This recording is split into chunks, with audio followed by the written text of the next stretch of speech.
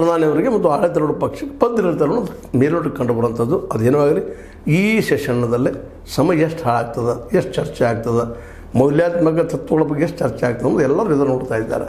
ಹೀಗಾಗಿ ಈ ಸೆಷನ್ನ ಭಾಳ ಮಹತ್ವದ, ಯಾಕಂದ್ರೆ SIR ಸಲುವಾಗಿ ಭಾಳ ಮಹತ್ವದ.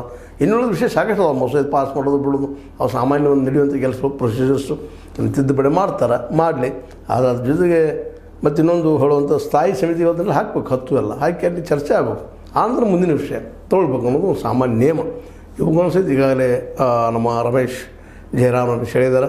ಒಟ್ಟಾರೆಯಾಗಿ ಇಲ್ಲಿ ಏನು ನಡೆದಪ್ಪ ಅಂತಂದ್ರೆ ಆಡಳಿತಾರೂಢ ಪಕ್ಷ ಕೊಡ, ಇವರು ಬಿಡ. ಹೀಗಾಗಿ ಇದು ಸಮಯ ಸಾಯಬಾರದು ಅಂತ ನೂರಾರು ಕೋಟಿ ರೂಪಾಯಿ ಖರ್ಚು ಮಾಡುವಂಥ ಈ ಸಭೆ ಪಾರ್ಲಿಮೆಂಟಿಂದು ವೇಸ್ಟ್ ಆಗಬಾರ್ದು ಅನ್ನೋದು ನಮ್ಮೆಲ್ಲರ ಕಳಕಳಿ. ಏನಾದರೂ ಆಗಲಿ ಒಳ್ಳೆಯ ರಿಸಲ್ಟ್ ಬರಲಿ ಮತ್ತು ಪಾರ್ಲಿಮೆಂಟರ ಗ್ರೇಟ್ ಈ ಸಂಸದೀಯ ವ್ಯವಸ್ಥೆಯಲ್ಲಿ ಇದೇನು ನಿರ್ಧಾರ ತೆಗೆದು ಕಾನೂನು ಆಗ್ತದೆ ಅದು ನ್ಯಾಯ ಅದ್ರ ಪ್ರಕಾರ ಡಿಸಿಷನ್ ಕೊಡ್ತಾ ಹೋಗ್ಬೇಕು. ಅದು ನಾವೆಲ್ಲ ನೋಡ್ತಾ ಬಂದ್ವಿ, ಕಾರ್ಯ ಕೆಲಸ ಮಾಡಬೇಕು ಅಂತ ಹೇಳ್ತಾ ಒಟ್ಟಾರೆಯಾಗಿ ವಿರೋಧಿಗಳ ಪಟ್ಟಿಗೆ ಉತ್ತರ ಕೊಡುವರೆ ಮೋದಿ ಸರ್ಕಾರದ ಆಡಳಿತಾರೂಢ ಪಕ್ಷ ಅಂತ ಹೇಳ್ತಾ ಇದು ನಿಮ್ಮ ಲೈಕ್ ಆಗಿರ್ಬೋದು, ಲೈಕ್ ಮಾಡಿ, ಶೇರ್ ಮಾಡಿ, ಕಮೆಂಟ್ ಮಾಡಿ, ಜೊತೆ ಸಬ್ಸ್ಕ್ರೈಬ್ ನಿಲ್ಲಿಸಬಾರ್ದು. ಸೆಕ್ಷನ್ ನ್ಯೂಸ್ ಅರ್ಥ ಸತ್ಯದ ಕೈಯಲ್ಲಿ ವಂದನೆಗಳು.